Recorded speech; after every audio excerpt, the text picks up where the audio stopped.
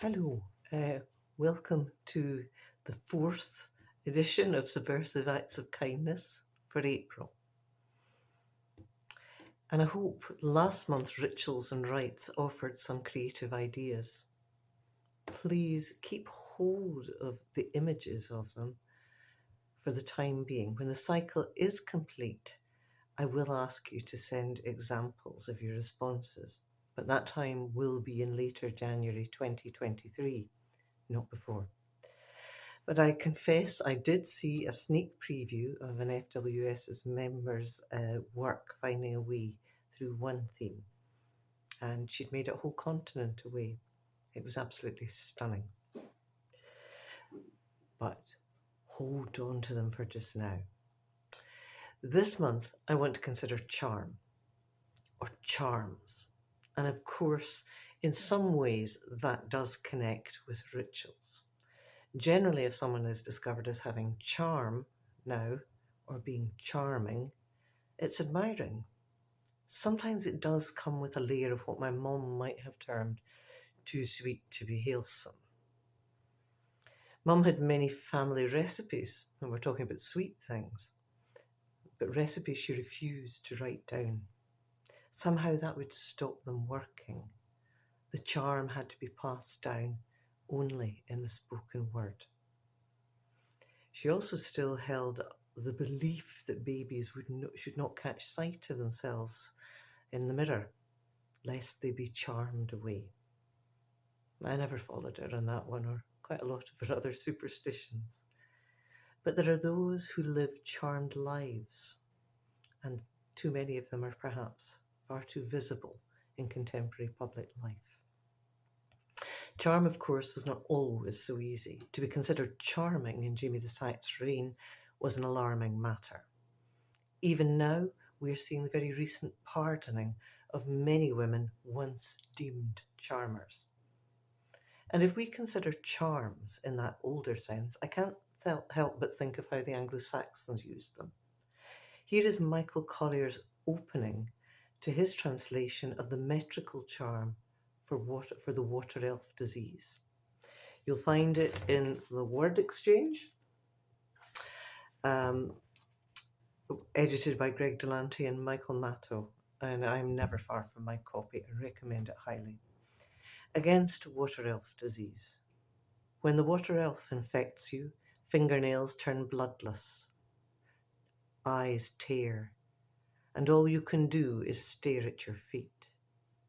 To drive out the disease, grind hassock, horehound, and dill, leaf of strawberry, horseheel, and pennyroyal, lupin, cockspur, and yew, wormwood, mallow, and elder, dill, dock, and fernmint, comfrey, stalk of iris, and lily.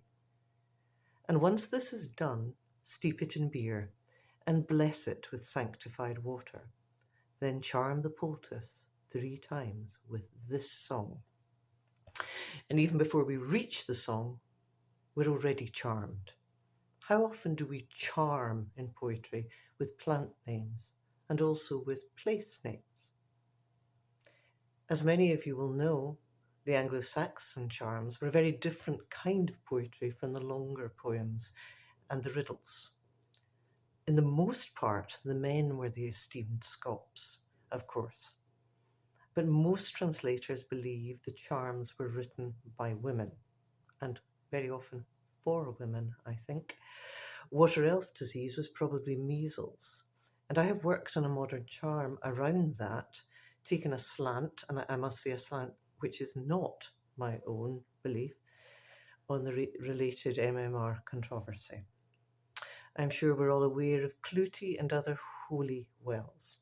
Not far from me in Ochterhouse Parish Church, the Kirk Session records show how in 1652, one Mrs. Robertson and a known charmer called Janet Skinner were tried there, having been caught circling their own local holy well, trying to cure Mrs. Robertson's wee boy's eye complaint. And here is an extract of the charm they used. Fish bear fin and fool bear gall, all ye ill of my bairn's eyen on the wall fall. I don't think it helped that that particular holy well was right at the edge of the man's garden, so they were quickly caught. It's a case I have thought about a great deal and written about. Poor Mrs. Robertson didn't live for the final judgment, a fate recorded in very cold terms. Janet Skinner endured. That's about as much as can be said. Of the wee boy, we know nothing. And what would any of us have done in desperation with an ailing child, unable to afford a doctor?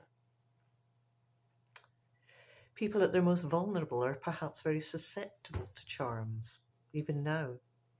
I've seen it, that sad need rising in those coming to grips with a frightening diagnosis.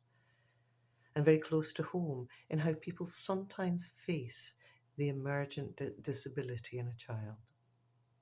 The snake oil salesmen and women are certainly still out there, and those are perhaps the most sinister of modern charms. On a lighter note, those of you who age with me will remember the clunk of charm bracelets. As a child, they fascinated me. People would buy charms to hang on links to celebrate life occasions or places visited or as lucky tokens. People still wear charms of different kinds, be they modelled on four-leaf clovers or crystals. St. Christopher medals were being worn long after the saint was officially dropped by the church. In Sri Lanka, I recall tuk-tuks being stuffed with charms. For me, as often as not, there's a wee bit of sea glass in my jacket pocket, a comfort to rub. Perhaps we have all picked up our own kinds of charms that are touchstones of some kind. I will touch on something of that next month. But when do we feel the need of charms? If we do. I have a fear of flying, and once decided to write a charm, a la those Anglo-Saxons. Did it work for me? No, I'm still afraid of flying. Clearly, for a charm to be effective, you really need to believe it. I keep with my rituals on planes. I know, they don't take away my fears, but I have this thought that if I don't do them, I can go through what the stewards do. I can do all that. When they ask me to take the thing out of the pocket in front and read the safety instructions, although I could reproduce it here and now, I do it every time. If I don't do these things, there will be terrible turbulence or something, and it will be all my fault. Is that kind of inverse charm. And of course, the real inverse of a charm must be a curse. And we don't need to go there today. I also tried to write a charm once from the viewpoint of a particularly abhorrent criminal mind, after yet another trial where the presiding judge exposed his own prejudice about young women. I found that a harrowing experience to write, and I never felt the poem worked, so I wouldn't inflict it on you. Nonetheless, I was not sorry I'd subjected myself to that particular challenge, and I think the nature of charms gave me the needed framework to attempt that. Going back to those people made more dangerous because of their special charisma, which is inherently charm, it's hard to avoid bumping into quite a few poets. Burns, for example. But pretty quickly we meet Byron, a man fully aware of and able to manipulate his considerable charm. The lists of the latter's crime, both known and less so, are really too horrible to detail here. And yet, there is that enduring charm in so many of his poems. Charm in creativity, when it is at odds with the creator's own behaviours, is an important and ongoing discussion. And we need to keep having that conversation. However, I do want to leave you not with the dangerous charms of the man, but with the first stanza of one of Byron's most visual poems, which beguiles from its opening. A charm indeed. And after that, I will follow it with something very beautiful.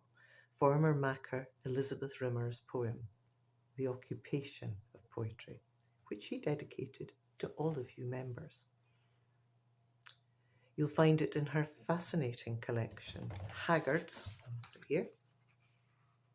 Absolutely beautiful collection, which includes her own response to the Anglo-Saxon Lacnuga, a charm of 9 herbs. But it's a collection full of the best possible and most relevant of charms.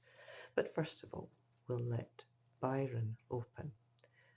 She walks in beauty. She walks in beauty like the night of cloudless climes and starry skies, and all that's best of dark and bright meet in the aspect of her eyes, thus mellowed to that tender light which heaven to gaudy day denies. Well, it'd be very nice to have a poem like that written about you. Anyway, but over to Elizabeth Rimmer. The Occupation of Poetry for the Federation of Writers, Scotland. A bench on a strip of grass hemmed in by bramble, sallow, hawthorn and mud. Someone has planted a wildflower verge, cutting into the sward of plantain, daisy and wild clover, mowing off the willow herb and meadowsweet to snow new seeds of foil-bright poppies, cornflowers, brassy yellow corn marigolds. For bees, they said. Dock and dandelion colonized the strip. Thistledown, blue and soft clouds, set seeds between the battered wet stems. The birds, bees and hoverflies carried on, the way they had for years. This place did not need permission or instruction to nurture its own. It had a story of its own already underway. Sit for a while and listen. Put down roots here. Its story will be in part yours. Then write. Thank you, Elizabeth. I can't think of a better note to finish on.